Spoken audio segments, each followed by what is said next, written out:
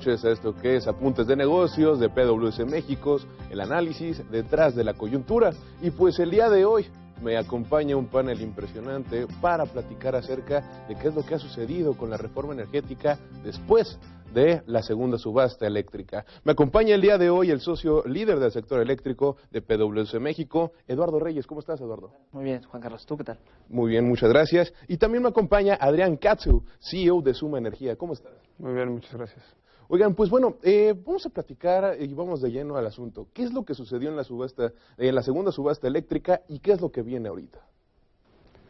Pues la subasta es un proceso competitivo a través del cual se están comprando grandes volúmenes de energía limpia y me parece que el elemento más relevante son los precios que estamos observando ahora y los volúmenes que se están contratando a través de estos mecanismos, ¿no?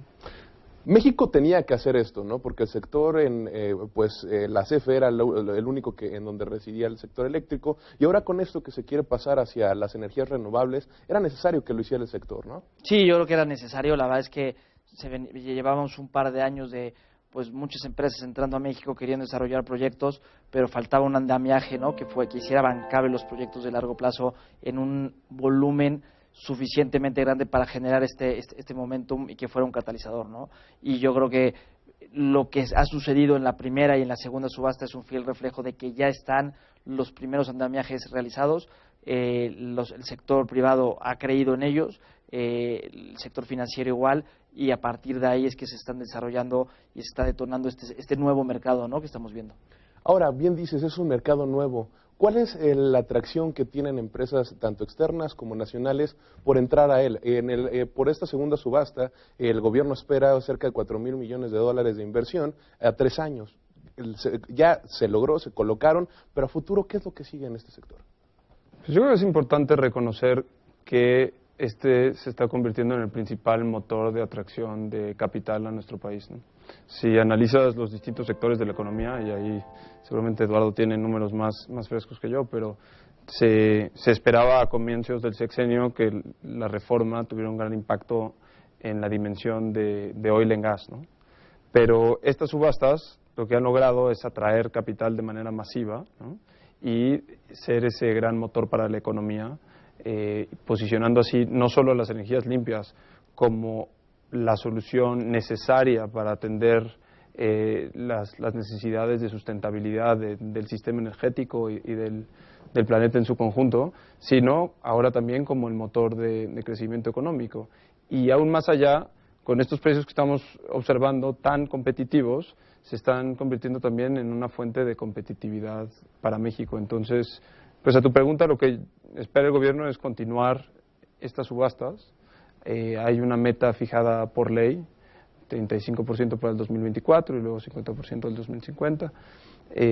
Y esas metas pues ya son vinculantes y este es el mecanismo a través del cual las vamos a satisfacer.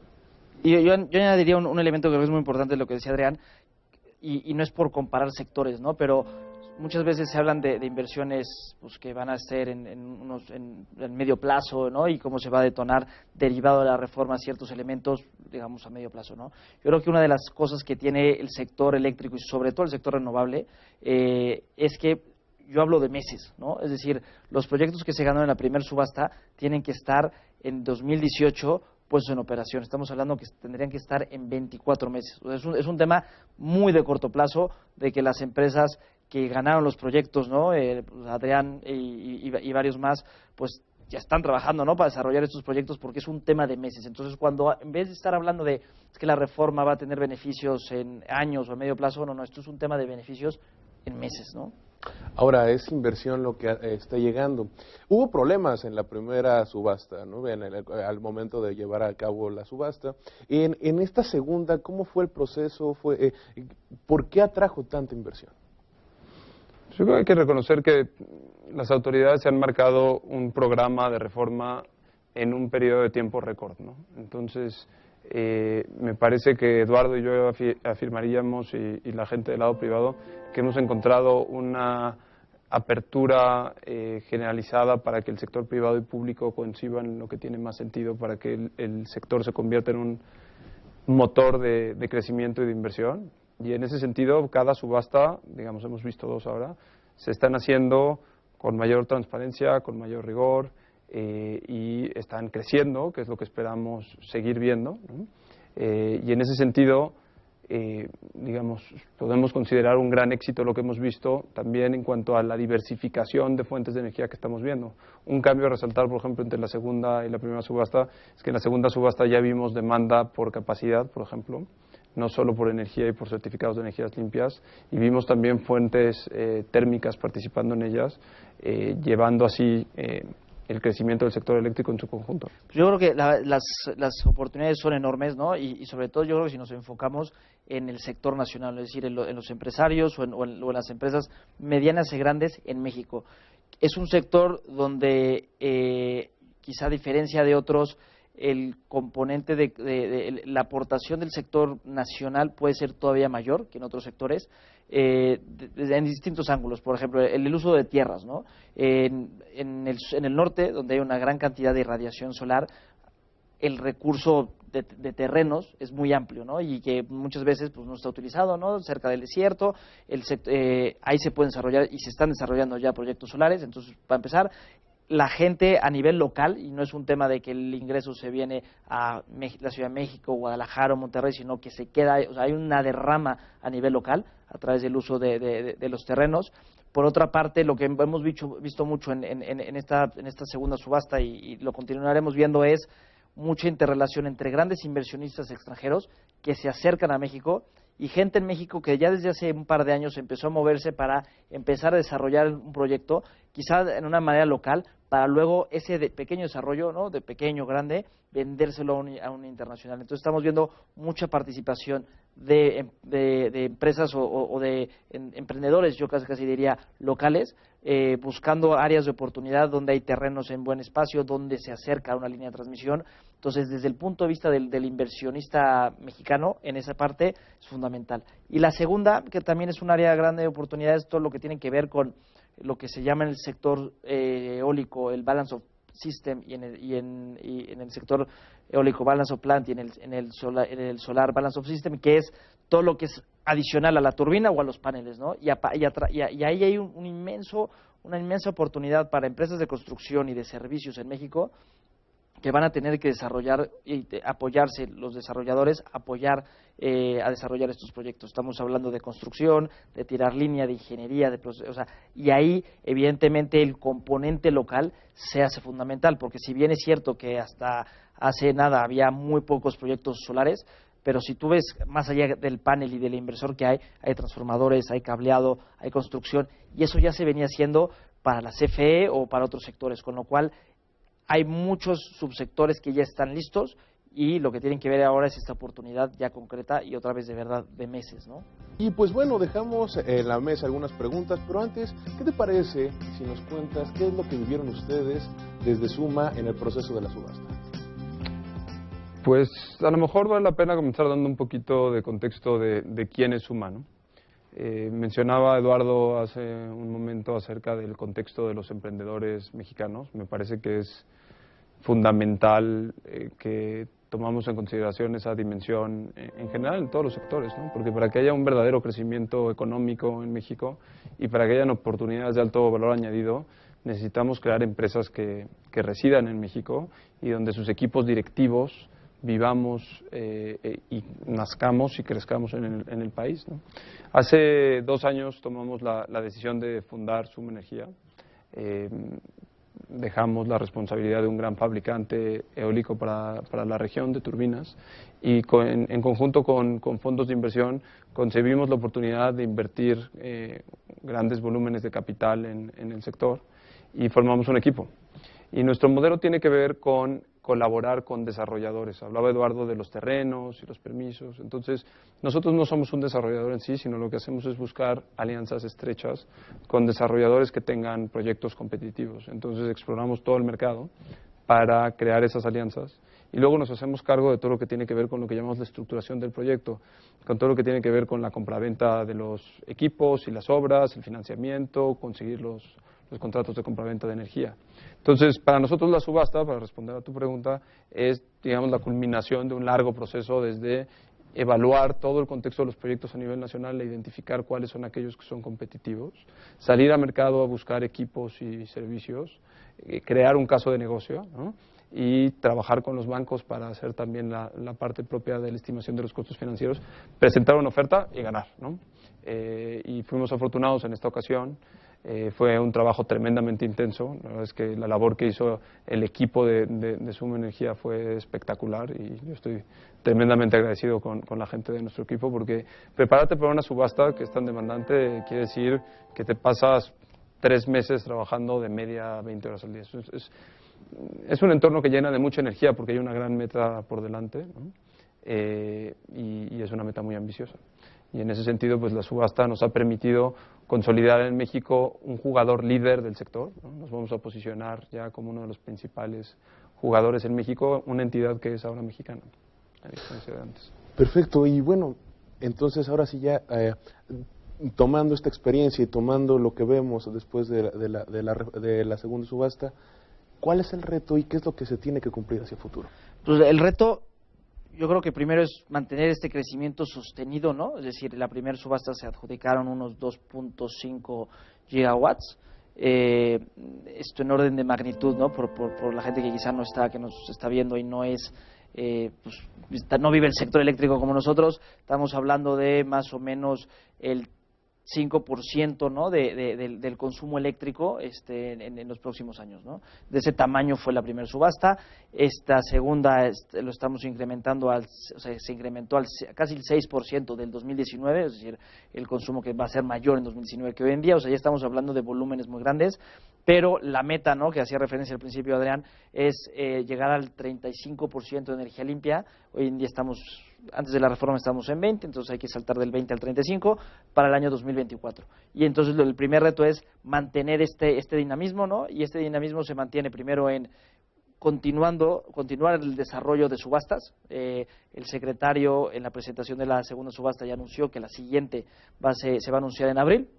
Entonces, lo primero es que haya una visión continua, que de momento la hay, ¿no? Con lo cual eso es positivo. La segunda es que ya no sea solamente CFE el comprador de la energía, sino permitir a otros que no son CFE, que asista la ley y asistan las reglas, participar como compradores. ¿Para qué? Pues ya sea para sus propios consumos, es decir, grandes industriales que viendo la señal de precios, ¿no? Tan competitiva, pues quieran subirse, ¿no? a este carro, decir, oye, pues yo quiero comprar electricidad. Y entonces para eso se necesita una cama de compensación. Y no solamente los industriales, sino empresas privadas que se genera un nuevo negocio. Dentro de este nuevo sector se va a generar un nuevo negocio, se está generando un nuevo negocio, que es los suministradores, que básicamente pueden ser retail, es decir, yo compro electricidad en el mercado y se la vendo a otro, y mi negocio es la compraventa de electricidad. Entonces esas empresas deberán de empezar a subir en estas subastas, y como decía, lo que se hace falta es una cámara de compensación que en estos momentos se está desarrollando y que es uno de los elementos quizá críticos, ¿no? Para que crezca el sector y no sea solamente CFE el que esté comprando la electricidad. Ese es uno de los puntos.